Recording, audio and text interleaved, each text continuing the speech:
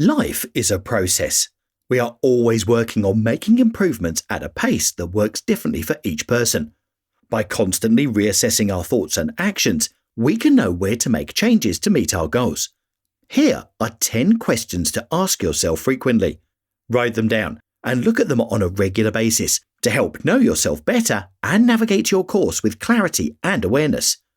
Number 1. What am I grateful for?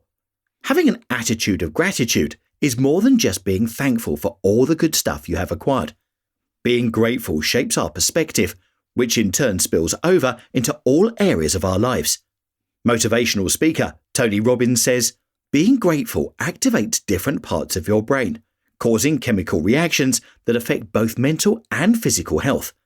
This mindset may help you experience less stress, better sleep, and make us happier and more optimistic. In turn, this improves our physical health, relationships, and perpetuates even more to be grateful for. Number 2.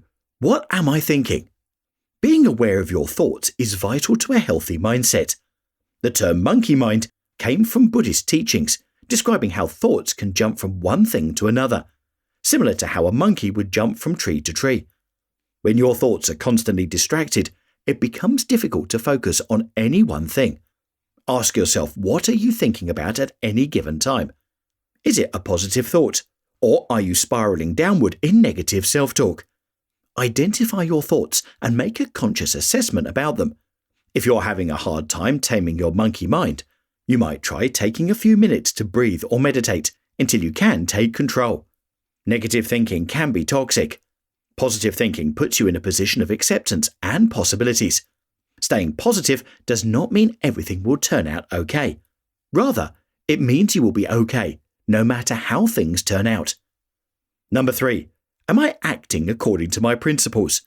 It can be easy to stray from acting in line with what you believe, especially if you're tired or not feeling well. Sometimes you may be convinced to do something that you don't feel good about later. Know what is important to you, and when situations arise, refer to your personal principles. Life is always creating new challenges and new ways of doing things. President Jimmy Carter stated, "We must adjust to changing times and still hold to unchanging principles."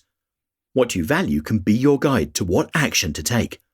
Ask yourself what your principles are, live by them, and review them often. Number 4. What am I doing? Author Annie Dillard writes, "How we spend our days is, of course, how we spend our lives." Ask yourself if what you are spending your time on is creating the life you want to have. Are you doing things that elevate and nurture you? Is this bringing out the best in you, or is it dragging you down? When you are doing something you are passionate about, you may have the feeling that time is standing still. Some call it being in the zone. If what you're doing seems just the opposite, as if you're stuck in a rut that never ends, you may want to rethink how you are spending the time you have been given.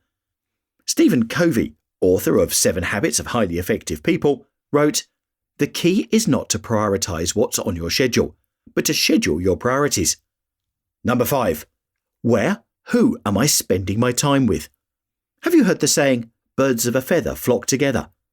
When you think about the people you spend time with, would you say they enhance your life, or do they make it more difficult?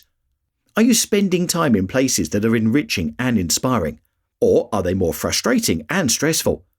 By asking yourself these questions, you can think about restructuring what is working for you and what is not. People tend to be heavily influenced by their surroundings and the people they are with on a regular basis. Think about the people who have the lifestyles and values that you would like to have. Where would you like to be that makes you feel happy, relaxed, and successful? By being aware of what you want, you can seek out the environments that most align with the life you want to create for yourself. Author Edmund Lee wrote, "Surround yourself with the dreamers and the doers, the believers and thinkers, but most of all, surround yourself with those who see the greatness within you, even when you don't see it yourself." Number 6. Am I eating to live or living to eat? What is your relationship with food? Are you consuming healthy foods that will nourish you and promote good health? Are you grabbing a quick bite of whatever is handy? Or do you do meal planning? Carefully choosing foods that give your body the nutrients it needs to function at optimal levels. Do you eat to comfort yourself when in pain, boredom, or sadness? Do you choose foods that just taste good and possibly eat too much of them? We are constantly bombarded with ads and offers for all kinds of foods, and our brains are wired to react to sights, sounds and smells that tempt us with promises of pleasure and satisfaction. But what are you really doing for your body? By asking this question each time you eat, you can be mindful of what choices you are making for your health. Number 7. Am I holding on to something I need to let go of? Sometimes in life, we need to do a bit of decluttering. It can be comfortable to live with familiarity, but every so often, we may need to take a look at how things are going and do a little house cleaning. When something is not working in our lives, we can ask ourselves if we need to do something differently or just let it go altogether. Whether it's related to work, home, finances, relationships, health or something else, it can be helpful to assess what's working for us and what's not. Holding on to something that no longer serves you can be draining. Letting it go can open the door to other opportunities. Author Eckhart Tolle wrote, "Sometimes letting things go is an act of far greater power than hanging on." Number 8. Am I reacting or responding? When something happens, do you typically react immediately? Or do you pause, think about it, and then respond? Author Bodhi Sanders tells us, when you react, you let others control you. When you respond, you are in control. Reacting to something is rooted in survival instincts. There's no time for considering words or actions. How accurate do you think you can be if you do something without thinking it through first? Responding takes more thought. Jim Taylor, PhD, writes, "We can stop and make a deliberate decision based on careful analysis of the circumstances." Author Charles Swindoll reminds us, life is 10% what happens to you and 90% how you react to it. Number 9. Am I giving back? We've all heard the phrase, it's better to give than to receive. While both can be enjoyable, there's a reason why giving is a good thing. According to the Cleveland Clinic, studies show that giving can be good for your physical and mental health. Research says it can help lower blood pressure, promote self-esteem, help you feel happier, and even live longer. Physicist Albert Einstein said, "It is every man's obligation to put back into the world at least the equivalent of what he takes out of it." Number 10. Where am I heading? Stay on track and ask yourself this question often.